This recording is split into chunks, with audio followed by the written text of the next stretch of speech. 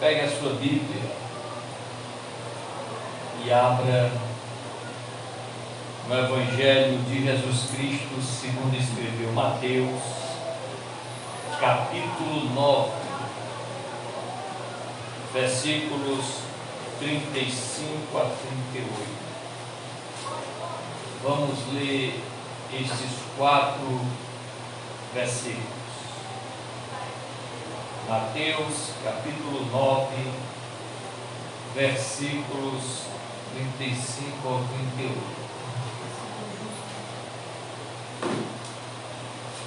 Vamos ler. E percorria Jesus todas as cidades e aldeias, ensinando nas sinagogas, pregando o evangelho do reino e curando todas as enfermidades e moléstias entre o povo. Vendo ele as multidões, tinha grande compaixão delas, porque andavam cansadas e abatidas, como ovelhas que não têm pastor. Então disse aos seus discípulos: a seara é realmente grande, mas os ceifeiros são poucos. Rogai, pois, ao Senhor da seara que envie ceifeiros para a sua seara. Feche seus olhos. Pai, aqui está a tua palavra, Deus, que esta noite falará ao coração da tua igreja, Senhor. Pai querido e santo, que o teu Espírito Santo possa plantar o ensinamento do Evangelho em cada coração, Senhor, esta noite. E que todos, Pai querido e santo, sejam, ó Deus, iluminados pelo entendimento do Evangelho, em nome de Jesus. Amém. Irmãos, aqui começa o que é conhecido como o terceiro percurso galileu. Aqui começa o conhecido terceiro percurso galileu. Jesus, irmãos, ele viajou por todas as cidades e povoados, pregando as boas novas do Evangelho. Jesus, ele pregou muito na região da Galileia. Jesus curou muitos doentes naquela região. Jesus, ele fez extraordinários milagres, coisas prodigiosas que identificaria que de fato ele era o Messias, o enviado de Deus. Aqui neste texto é uma das narrativas que mostra Jesus Cristo andando, pregando, curando, ensinando o Evangelho, libertando os oprimidos naquela região dos Galileus. Eu quero aqui, queridos irmãos, desses 4 versículos que nós lemos, trazer alguns destaques para nós aqui esta noite, nestes 4 versículos aqui. Destaques relacionados ao ministério de Jesus Cristo, que servirá com certeza de orientação para nossa vida espiritual e ministerial. Afinal de contas, Jesus é o nosso grande paradigma. É nele que nós devemos se espelhar. É naquilo que ele ensinou e demonstrou em atitudes que nós devemos pautar nossa vida espiritual e nossa caminhada. E o que é que eu quero destacar aqui nesses 4 versículos relacionados aos feitos de Jesus? Primeiro lugar, preste atenção, primeira coisa aqui em destaque para nós aqui esta noite é o percurso de Jesus e a sua ação. O percurso de Jesus e a sua ação. Está aí no versículo de número 35. Olha o que é que o autor, que é Mateus, diz: e percorria Jesus todas as cidades e aldeias. Ele andava em todas as cidades, em todas as aldeias. E o que é que ele fazia? O restante do versículo diz: ensinando nas sinagogas, pregando o evangelho do reino e curando todas as enfermidades e moléstias entre o povo. Esse aqui foi o percurso que Jesus fazia ali na Galileia, queridos irmãos. Ele pregava em aldeias, localidades pequenas, localidades simples. Ele pregava nas sinagogas, e pregando nas sinagogas, o objetivo dele era trazer aos judeus o esclarecimento que ele era o Messias, que ele era o Cristo profetizado nas Escrituras do Antigo Testamento. Antigo Testamento este estudado pelos judeus na sinagoga. E aí Jesus ia à sinagoga, onde havia ali uma assembleia de judeus reunidos ali, aprendendo de um rabino, queridos irmãos, a Torá e os livros históricos, proféticos, enfim, o Antigo Testamento. E Jesus vai pregar e revelar que ele é o Messias. Mas o texto ainda diz, queridos irmãos, que ele pregava nas cidades, nas aldeias, pregava nas sinagogas, e o texto diz que ele manifestava sinais. O texto diz que ele curava os enfermos, curava aqueles que tinham moléstia.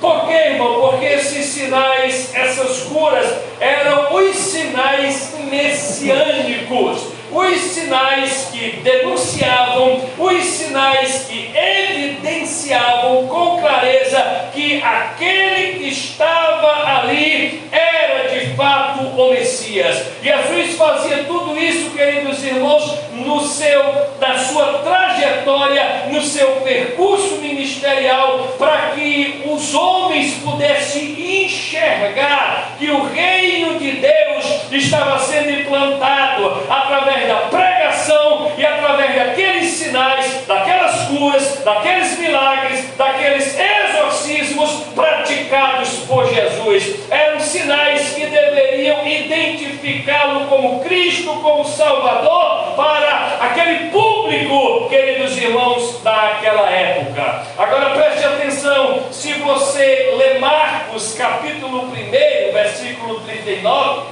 o versículo 39 é um versículo equivalente a este versículo 35. E Marcos diz algo bem semelhante no versículo 39 do capítulo 1. Marcos diz assim: pelo que foi por toda a Galileia, pregando nas sinagogas deles, expulsando os demônios. Observem, queridos irmãos, que o versículo 35 do texto matiano, do texto de Mateus, onde nós lemos, diz que Jesus viajou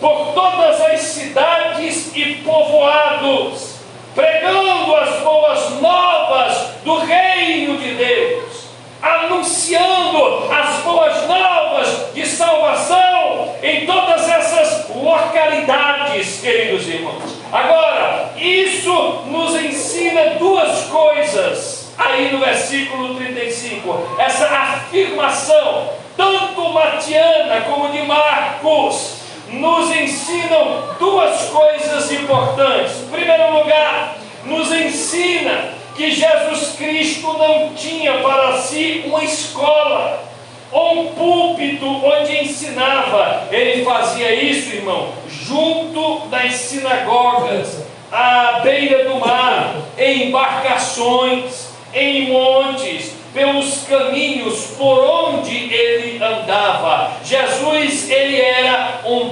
pregador itinerante. O que é um pregador itinerante? Aquele que anda em um itinerário, queridos irmãos. Jesus pregou nessa região da pregou na Judéia, Jesus pregou em Samaria, Jesus pregou em várias regiões, e ele, queridos irmãos, não fazia acepção de geografia, pregava com a mesma autoridade, com a mesma graça na aldeia de Betânia, e pregava da mesma maneira no alpendre do templo, pregava com ousadia para os doentes, os pobres, os rejeitados, os excluídos, como pregava para as autoridades religiosas, porque para Jesus Cristo não importava o lugar, não importava se ele estava no mar, cercado de pessoas, não importava se ele estava no grande templo dos judeus,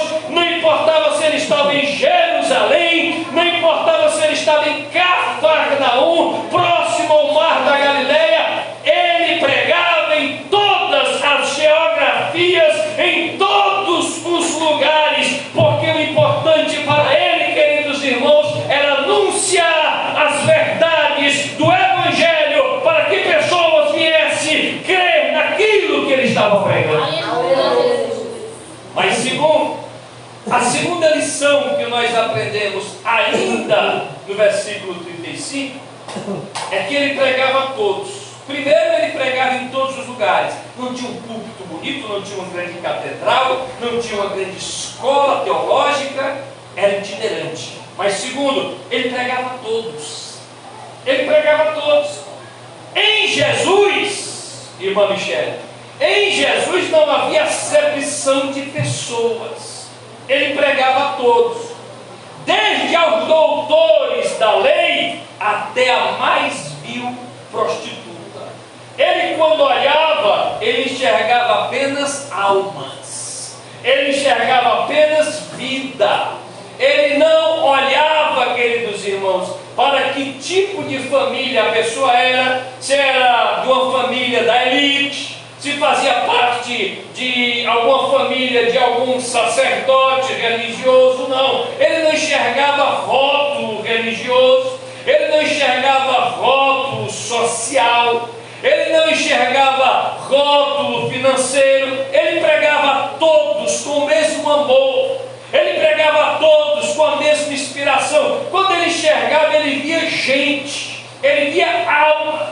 Jesus deixava de lado os rótulos, Jesus deixava de lado, queridos irmãos, as genealogias familiares, Jesus deixava de lado questões econômicas, ele enxergava almas, ele olhava para vidas que estavam ali cegas, caminhando em um caminho tortuoso, vidas errantes, muitas das vezes doentes fisicamente, como nós vimos aqui no texto, muitas das vezes pessoas excluídas pela sua liderança religiosa e política, pessoas muitas das vezes numa condição social, queridos irmãos, crítica, e acima de tudo, pessoas pecadoras, arruinadas pelo pecado, escravas do diabo, no fundo do poço espiritual. E ele levava o Evangelho, ele olhava para aquela alma e via a carência,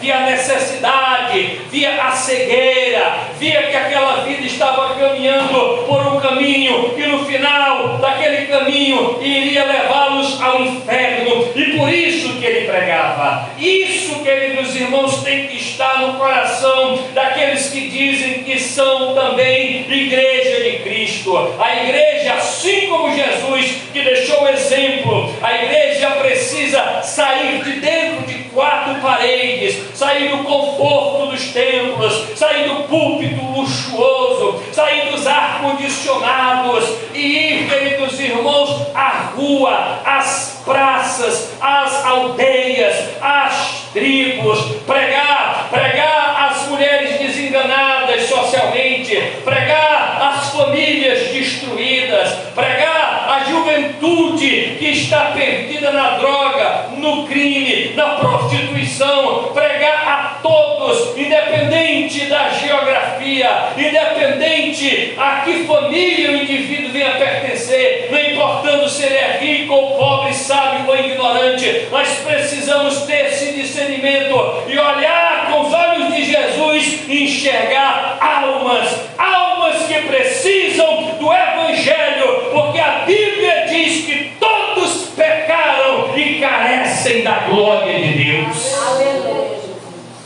Então essa é a primeira coisa que nós destacamos aqui nesse texto: o percurso de Jesus e sua ação evangelística. Mas segunda coisa em destaque aqui neste texto é a compaixão de Jesus pelas vidas. Está aí no versículo 36. Vendo ele as multidões, tinha grande compaixão delas, porque andavam cansadas e abatidas, como ovelhas que não têm pastor. Essa é a segunda coisa em destaque aqui que eu quero destacar: a compaixão de Jesus pelas vidas. E a palavra compaixão em grego é simpônia. Simpônia é a palavra compaixão em grego. Simpônia indica um sentimento de simpatia. Simpônia, queridos irmãos, ou compaixão, desculpe, no latim é compassio, que enfatiza o sentimento de tristeza.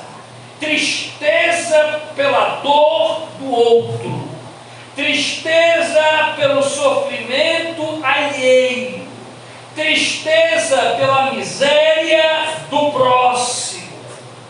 A compaixão é um valor que permite que todos sejam tratados com igualdade na compreensão das misérias. Quando temos compaixão, queridos irmãos, nós conseguimos enxergar com igualdade e compreensão a miséria de todos, a deficiência de todos, a calamidade de todos. Observe que a primeira parte do verso 36, aí no texto de Mateus, diz assim: vendo ele as multidões, vendo Jesus as multidões ali que estava diante dele, porque, como eu já disse aos irmãos, essa questão de multidões perto de Jesus, onde Jesus está, é algo comum nos evangelhos. É algo comum nos evangelhos. Se Jesus está em casa, como ele gostava de ficar na casa de Simão Pedro, lá em Cafarnaum, a multidão ia de encontro a ele. Se Jesus se retirasse para um momento a sós, para ficar com os discípulos, se as multidões soubessem, andava, ia de encontro a ele. Então isso aqui é normal nos evangelhos, essa narrativa, onde Jesus estava, sempre havia multidões. E por quê, pastor? Diante de um mundo da época, onde o poder que governava era o poder romano, a liderança religiosa do povo judeu estava totalmente corrompida, totalmente fora dos desígnios e propósito de Deus.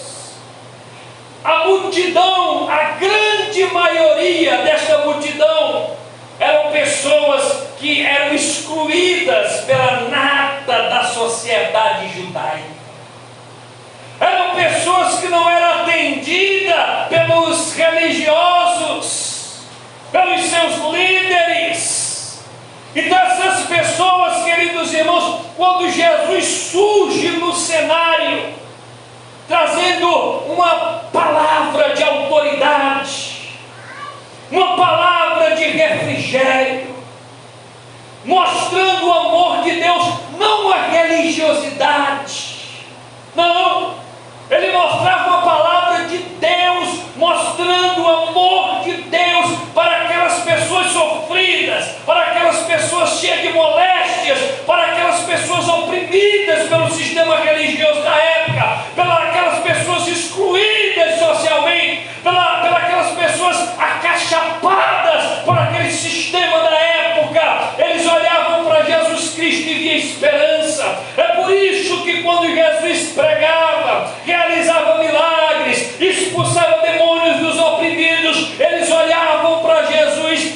uma pregação diferente, ao ponto deles dizerem: ele prega como quem tem autoridade e não como os escribas. Por quê, queridos irmãos? Porque as pessoas viam que a mensagem de Cristo é muito mais do que uma mensagem religiosa, formalista, legalista. Era muito mais do que uma mera crença judaica. Jesus, ele trazia a revelação do Evangelho, as boas novas de Deus, o desejo de Deus de reconciliar os homens com Ele. E Jesus Cristo era essa ponte maravilhosa, ou é essa ponte maravilhosa. E na palavra de Jesus eles viam vida, em Jesus eles enxergavam esperança, em Jesus eles enxergavam milagres, em Jesus eles viam uma nova oportunidade, porque era isso que Jesus, queridos irmãos, representava para a maior parte daquela multidão. Aleluia. Então o versículo 36 diz: vendo ele as multidões. A segunda parte do versículo 36, do verso 36, diz que Jesus teve grande compaixão delas. Teve grande compaixão delas. E aí, meus irmãos e minhas irmãs, no final do versículo, o final do versículo 36 revela os motivos da compaixão de Jesus. Revela os motivos da compaixão de Jesus.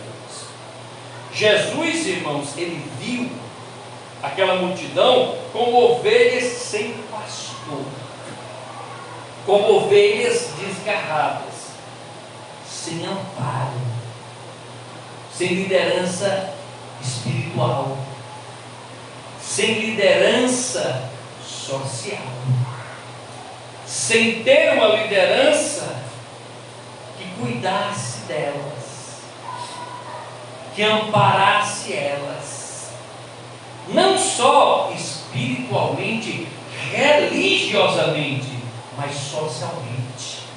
Uma liderança que cuidasse das suas dores, dos seus desenganos, das suas mazelas, tanto físicas como emocionais, sociais.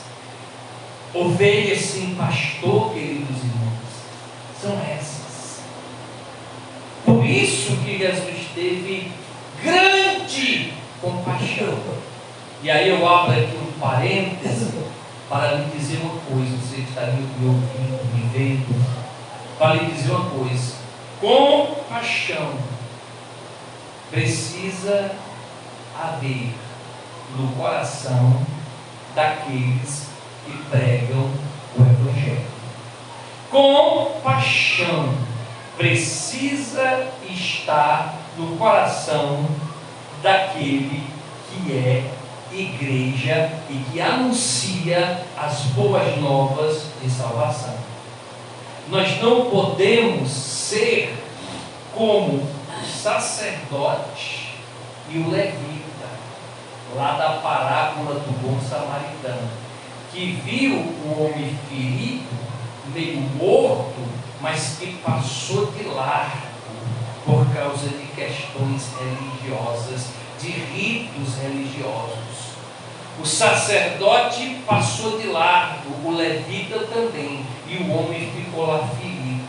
O homem ficou lá, a Bíblia diz que ele estava meio morto, quase morto, depois de ter sido assaltado por ladrões. Isso na parábola de Jesus. Aí aparece um samaritano cheio de amor, cheio de compaixão, e pega aquele homem, levanta aquele homem, coloca azeite em suas feridas, ata as suas feridas, coloca na sua cavalgadura, no seu animal, e leva para a hospedaria, e paga, e ainda diz assim: tudo que você gastares, mais com ele, quando eu voltar eu te pagarei.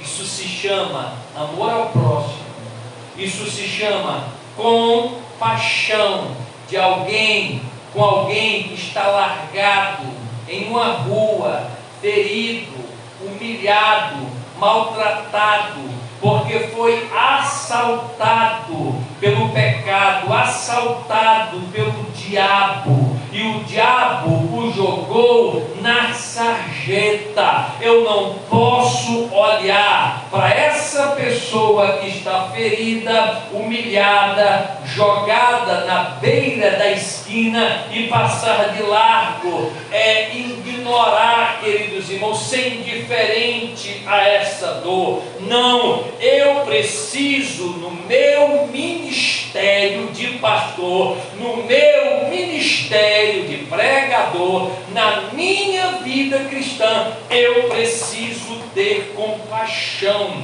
eu preciso sentir a miséria do próximo, eu preciso sentir a dor do pão, eu preciso sentir a dor daqueles que estão nos hospitais, feridos, desenganados. Eu preciso sentir a dor daquela família que está sendo arruinada por causa de algum problema familiar. O divórcio já está batendo a porta, os filhos estão se jogando no mundo. Eu preciso ter compaixão daqueles que sofrem, eu preciso ter compaixão daqueles que padecem por moléstias, sejam físicas, espirituais, sociais ou moral. Compaixão precisa estar no meu coração. Como pastor, eu preciso de compaixão, e eu oro para que o Espírito Santo possa encher o nosso coração de compaixão, e que possamos nos compadecer da nossa sociedade que anda em treva, em cegueira, tateando de um lado para o outro, buscando, queridos irmãos, uma nova perspectiva em homens, ou na riqueza, ou em posição social, quando na verdade a nossa esperança, ela vem de Cristo. Que você possa se compadecer daqueles que sofrem, padecem e que vivem na ignorância espiritual. Aleluia. Irmãos, irmãs, ovelhas desgarradas são todos aqueles que ainda não se encontraram com o Messias, com o Rei Jesus, que ainda não tem comunhão com Deus por meio de Jesus Cristo. Ouça bem, irmãos, o bom pastor que é Jesus, ele veio para reunir suas ovelhas e levá-las a pastos verdejantes e águas tranquilas. As ovelhas desgarradas, o bom pastor estende a mão, mas não apenas isso, não apenas isso. Jesus reparte conosco essa missão de compaixão, essa missão de termos no coração compaixão pelas ovelhas desgarradas e que possamos ir de encontro a elas. Que essa compaixão que há no nosso coração de nos impulsionar, nos alavancar, nos catapultarmos até essas vidas que estão aprisionadas, e com a compaixão, com a graça de Deus, com a autoridade do Evangelho, possamos proclamar Cristo a elas, e que elas possam ser salvas, libertas e amparadas pelos braços do nosso bom pastor. Bendito seja Deus. Aleluia. Glória a Deus. Agora, irmãos, terceiro lugar, só recapitulando para ninguém esquecer nada. Primeira coisa de destaque neste texto é o percurso de Jesus e sua ação. Segundo, a compaixão de Jesus pelas vidas, nos versos 36. Mas terceiro lugar, terceira coisa de destaque que eu vejo, Jesus convoca seus discípulos e também a nós, para que nos compadecemos desse povo desgarrado. E ele faz isso, queridos irmãos, de duas maneiras. Olha o que é que diz os versos 37 e 38, por favor. Versos 37 e 38 diz assim: então disse aos seus discípulos: a seara é realmente grande, mas os ceifeiros são poucos. Rogai, pois, ao Senhor da seara que envie ceifeiros para a sua seara. Então Jesus convoca seus discípulos e também a nós, para que nos compadecemos desse povo desgarrado. E aí, queridos e amados irmãos, Jesus mostra aos discípulos aqui e a nós também essa noite duas coisas importantes. Em primeiro lugar, a grandeza da obra. A grandeza da obra. Está aí no versículo de número 37, quando ele diz: a seara é realmente grande. Ele olha para aquela multidão de pessoas que precisam de ajuda, que precisam ser evangelizadas, que precisam ter suas feridas cuidadas, que precisam ser abraçadas, que precisam de um pedaço de pão, e diz: a seara realmente grande. Ou seja, ele está dizendo: a obra é grande. Irmãos, cuidar de pessoas realmente é uma grande obra. Fazer o que Jesus fez em cada local que pregou, ensinando e mostrando a verdade, e amparando aqueles que se converteram, se tornando seus seguidores, é uma grande obra. É uma grande obra. Nós vivemos numa época, infelizmente, onde os homens estão enveredando pelas grandes construções materiais, estão esquecendo da grande construção espiritual, construção em vidas. A gente, vez por outra, vê pastores se gloriando que construiu grandes templos, casas de tijolos, grandes templos, grandes santuários, gastam muito dinheiro, pagam trabalhadores, e aí se gloriam porque constroem grandes templos, grandes catedrais, grandes santuários, casas de tijolos. Mas a gente não vê muitos, não são todos, claro, não podemos generalizar, mas muitos não têm o mesmo esforço no que se refere a gastar tempo, recurso, inteligência, energia em vidas, para fazer construção espiritual em almas. Nós fomos chamados, eu não estou dizendo que templos não têm que ser construídos, tem, mas o templo tem que ser construído, queridos irmãos, conforme vai sendo construído crentes, conforme vai sendo convertido pessoas. Hoje as pessoas, eles fizeram inversão de valores, a estrutura física se torna mais importante do que as vidas. A estrutura física, a aparência, a estética, a coisa luxuosa é mais importante do que discipular pessoas, é mais importante do que amar pessoas, é mais importante do que partir o pão com pessoas, é mais difícil do que gastar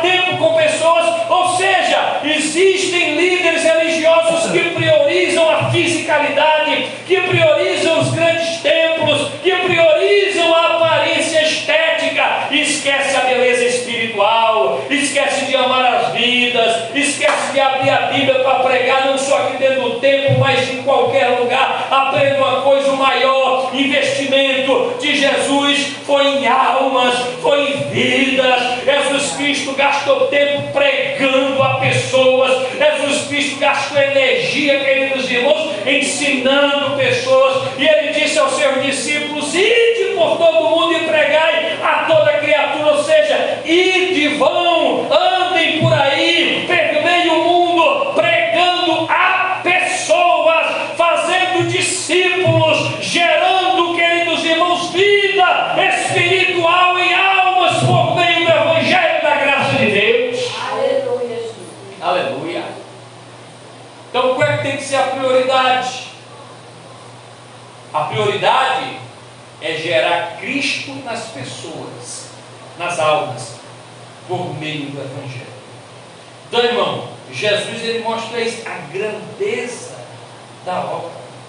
Mas aí Jesus nos convoca, a nós e os discípulos, para que possamos nos compadecer desse povo, e ele mostra uma segunda coisa.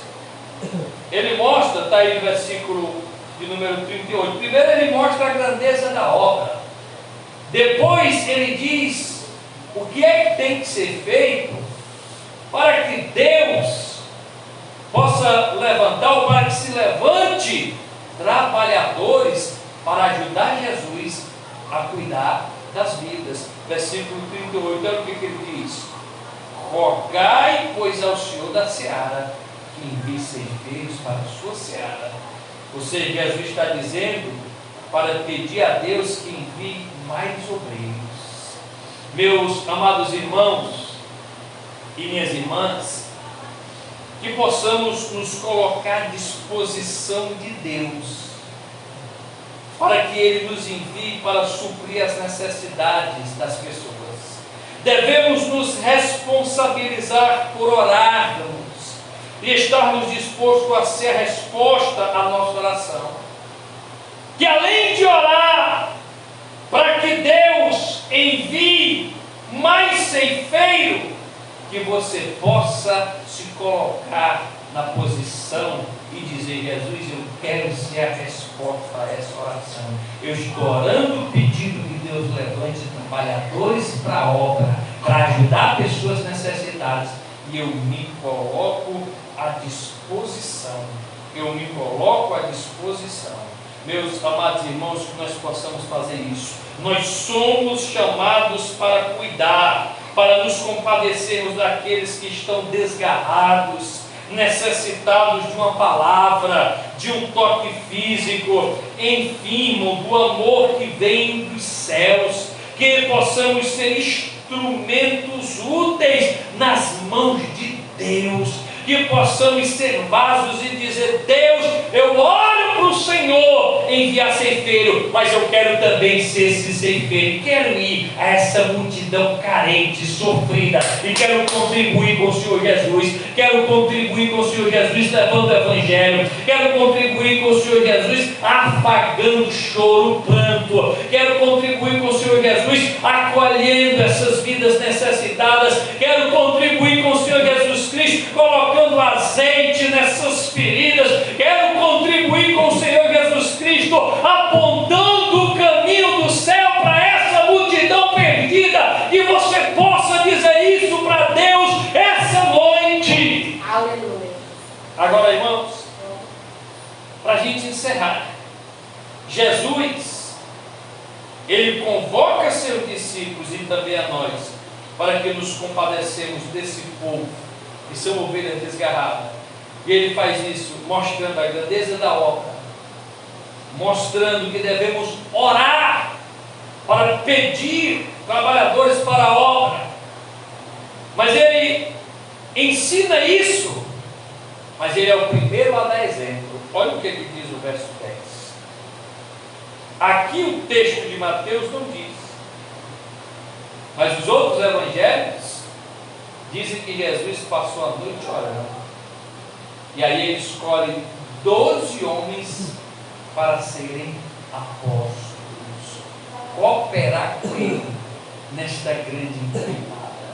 E aqui o texto de Mateus, o texto mateano, diz assim, ó: chamando-se os 12 discípulos, capítulo 10, o início do capítulo 10, chamando-se os 12 discípulos, deu-lhes poder sobre os espíritos imundos, para os expulsarem e para curarem toda sorte de doenças e enfermidades. Jesus, Ele faz aquilo que Ele ensinou. Ele vai orar a noite toda. Quando desce do monte, Ele escolhe 12 ceifeiros para cooperar com Ele.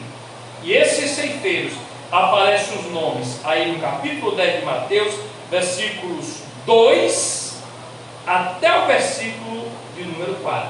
E o restante do texto diz que Jesus os enviou para pregar o Evangelho. Esses são os ceifeiros que Jesus orou. E depois de orar, escolhe a Deus, chamando por nome. Jesus ensina na teoria e dá o exemplo, porque Ele é o grande mestre.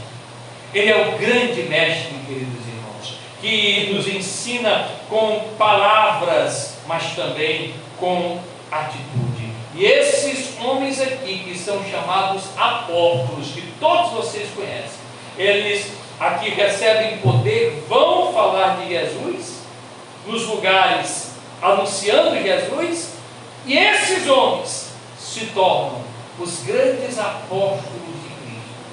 Aqueles, a grande maioria deles, com exceção de Judas Iscariotes, aqueles que quando Jesus ele vai aos céus, retorna ao Pai, eles se tornam os expoentes do Evangelho, as colunas da igreja, os emissários das verdades de Deus, aqueles que vão estabelecer e pregar as doutrinas fundamentais da fé cristã para aqueles que vão se chegar à comunidade de fé que é chamada de igreja. Vamos ficar em pé em nome do Senhor Jesus. Glória a Deus, que possamos fazer como Jesus, que possamos fazer um percurso de cidade em cidade, aldeia em aldeia, e pregar a todos, que possamos ter compaixão e que possamos aceitar a convocação de Jesus para pregarmos o Evangelho, para sermos ceifeiros, trabalhadores, e fazer no nome do Senhor Jesus. E vamos orar ao Senhor neste momento.